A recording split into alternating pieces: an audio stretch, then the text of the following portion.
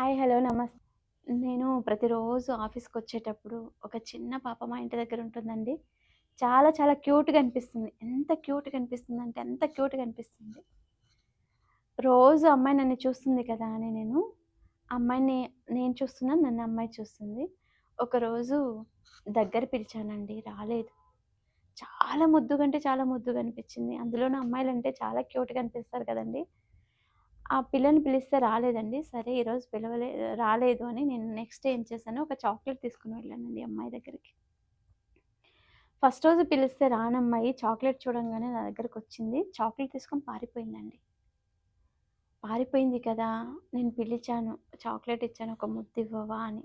ఇవ్వలేదండి. చాక్లెట్ తీసుకుంది వెళ్ళిపోయింది. సరే అని నేను నైట్ వచ్చానండి. ఆఫీస్ నుంచి నైట్‌కొచ్చేటప్పుడు మళ్ళీ గుడ్ నైట్ అని చెప్పిందండి. సరే గుడ్ నైట్ నాన్న అని చెప్పాను. మళ్ళీ పొద్దున మళ్ళీ ఆఫీస్‌కెళ్ళేటప్పుడు సేమ్ నేను ఎప్పుడెప్పుడు ఆఫీస్‌కెళ్తానని అక్కడ డోర్‌లో నుంచొని ఉంటుందండి. ఇంకా స్కూలింగ్ లెవెల్ కూడా లేదు పాప. ఒక 3 ఇయర్స్ ఉండొచ్చు. ఆ గేట్ దగ్గర కరెక్ట్‌గా నుంచుంటుందండి. బాగా మంచి ఫ్రాక్ ఏసుకొని, చక్కగా రెడీ అయ్యి, చక్కగా నించుంటుంది. ఆ అమ్మాయిని చూసి నాకి ఆఫీస్‌కెళ్ళాలనిపించదండి. ఒక్కసారైనా హగ్ చేసుకోవాలి, ముద్దు పెట్టాలన్నంత ఫీలింగ్ తెప్పిస్తుంది అమ్మాయి. అయితే మళ్ళీ బాయ్ చెప్తుంది. మళ్ళీ చాక్లెట్ తెచ్చాను. ఇప్పుడైనా కిస్ పెడుతుందేమో అని చాలా ఆశపడ్డానండి. మళ్ళీ పెట్టలేదు. ఇలా అయితే కుదరదని చెప్పి నెక్స్ట్ డే రోజు చాక్లెట్ ప్యాకెటే తీసుకెళ్ళానండి. ఈసారి చాక్లెట్ తీసుకోవటానికి వచ్చినప్పుడు గట్టిగా పట్టుకొని కిస్ పెట్టేద్దాం అనుకున్నాను బలవంతాన.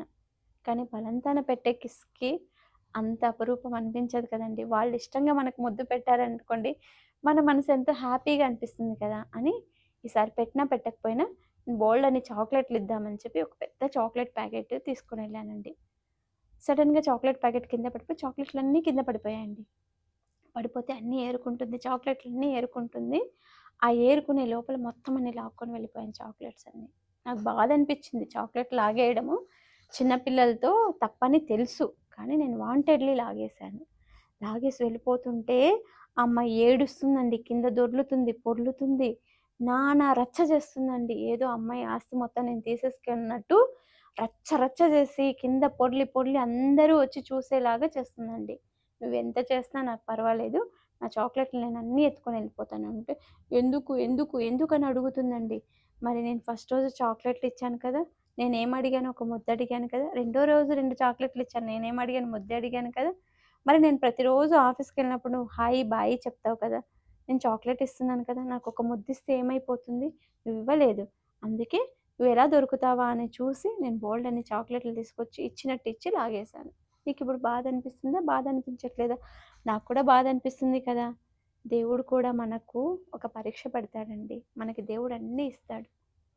ప్రతిదీ ఇస్తాడు. కానీ ఇచ్చినప్పుడు మనం గ్రాటిట్యూడ్‌తో ఉంటామా?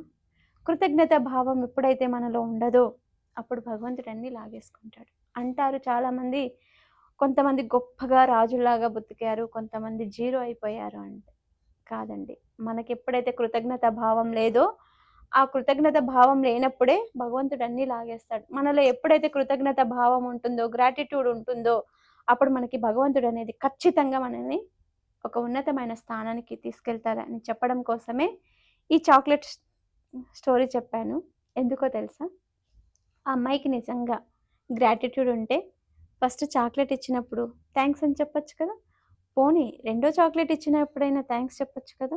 పోనీ మూడో చాక్లెట్ ఇచ్చినప్పుడైనా థాంక్స్ చెప్పొచ్చు కదా!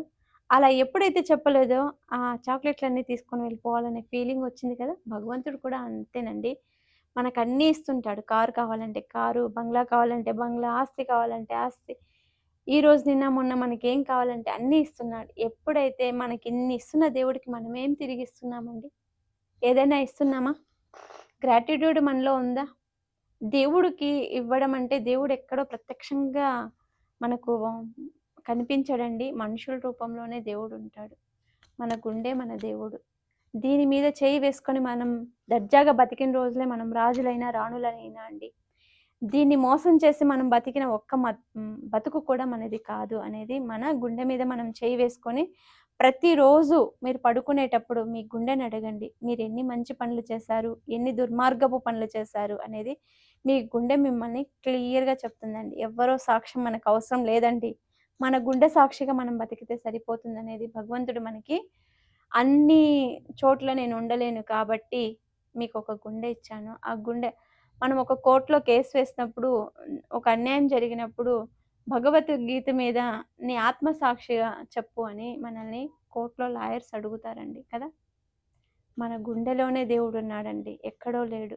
మనుషులు ఏ రూపంలో వచ్చి ఏదడిగినా లేదు అనుకోకుండా మనం ఇవ్వగలిగిన రోజు, ఒకరికి సహాయం చేసిన రోజు మనకు భగవంతుడనేది ఖచ్చితంగా ఇస్తాడు. ఫర్ ఎగ్జాంపుల్ నేను ఒక 1,00,000 సంపాదిస్తున్నాననుకోండి. ఆ 1,00,000 కూడా నేనే తినాలనేది నా మూర్ఖత్వం కదా! ఆ 1,00,000లో నుంచి 10,000ని ఖర్చు పెట్టాలి నేను. నా తల్లిదండ్రుల కోసం కానియండి, నన్ను ఎంతో కష్టపడి చదివించి, అన్నీ చూసి, అన్నీ మోసి, అన్నీ కడిగి, ఈ స్టేజ్‌కి నాకు తీసుకొచ్చారంటే నా తల్లిదండ్రులే కదండీ! ఈ జన్మ ఇచ్చిందెవరు? భగవంతుడు కదా! ఆ భగవంతుడు జన్మ ఇస్తే, నాకు పలానా ఇంట్లో పుట్టు, పలానా ఇంట్లో పెరుగు, పలానా ఇంట్లో ఉండాలి అని నిర్దేశించిందెవరండి? భగవంతుడే కదా! ఆ భగవంతుడు చూపిచ్చిన తల్లిదండ్రులకే కదా నేను పుట్టాను. ఆ తల్లిదండ్రులకు నేను ఎంత మాత్రం గ్రాటిట్యూడ్ ఉంటున్నాను? ఏ మాత్రం సహాయం చేయగలుగుతున్నాను? వాళ్ళకు వయసున్నప్పుడు నాకు చేశారండి. ఇప్పుడు వయసులో లేనప్పుడు వాళ్ళకు ఒక ముద్ద అన్నం పెట్టాలి. వాళ్ళకేం కావాలో తీసియ్యాలి. ఎలా ఉండాలో చూడాలి. కానీ చాలామంది మహానుభావులండి గొప్ప గొప్ప స్టేజ్‌లో ఉన్న తల్లిదండ్రుల్ని కూడా తీసుకెళ్ళి భార్య, భర్త ఉద్యోగాలు చేస్తున్నారు. తల్లి, తండ్రి ఇంట్లో ఇబ్బంది పెడుతున్నారని తీసుకెళ్ళి అనాథాశ్రమాల్లో వేస్తున్నారండి. అనాథాశ్రమంలో మన తల్లి, తండ్రి పెరుగుతున్నారంటే నిజమైన అనాథలు వాళ్ళు కాదండి మనం. అవునా కాదా? ఎంతో కష్టపడితే గాని రూపాయి, రూపాయి పోగేసి నా బిడ్డ ఇలా చదువుకోవాలి, నా కొడుకు ఇలా చదువుకోవాలని ఉన్నతమైన స్థానాన్ని వెదగాలని మన తల్లిదండ్రులు మనల్ని దీవిచ్చి పంపిస్తారండి. అలా తల్లిదండ్రుల దగ్గర గూడా మనం గ్రాటిట్యూడ్ చూపించుకోమండి.